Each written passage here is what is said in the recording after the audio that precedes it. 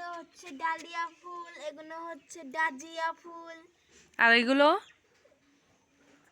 হলুদ গুলো কি জিন কয় জানি না, তোমরা যদি জানো নাম বললে। এই যে এটা কি ভালো লাগছে দেখো এই তিনটা না।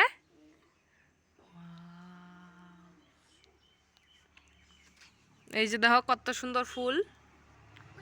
তোমরা যদি নিবে চাও 1 পিস 1 টাকা করে। এই যে একটা ফুল 1 টাকা। আরো অনেক চারা আছে আমাদের বাড়িতে 1 টাকা পিস। তোমরা যে যে নেবে কমেন্টে বলো। এই যে ফুলের বাগানের মালিক।